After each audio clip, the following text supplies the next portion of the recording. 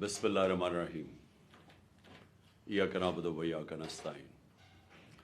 میرے پاکستانیوں، میں آج آپ سے صرف ایک موضوع کے اوپر بات کرنا چاہتا ہوں، اور وہ جو کہ ابھی الیکشن کمیشن نے care taker chief minister Punjab کا اناؤنس کیا ہے۔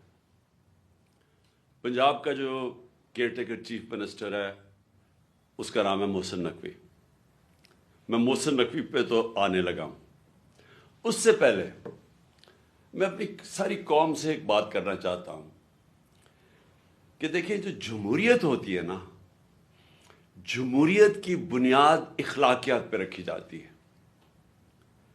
ایک جمہوریت کے پاس بندوقیں نہیں ہوتی، اس کے پاس ایک اخلاقی معیار ہوتے ہیں، موریلٹی ہوتی ہے، مورل سٹینڈرڈز ہوتی ہیں۔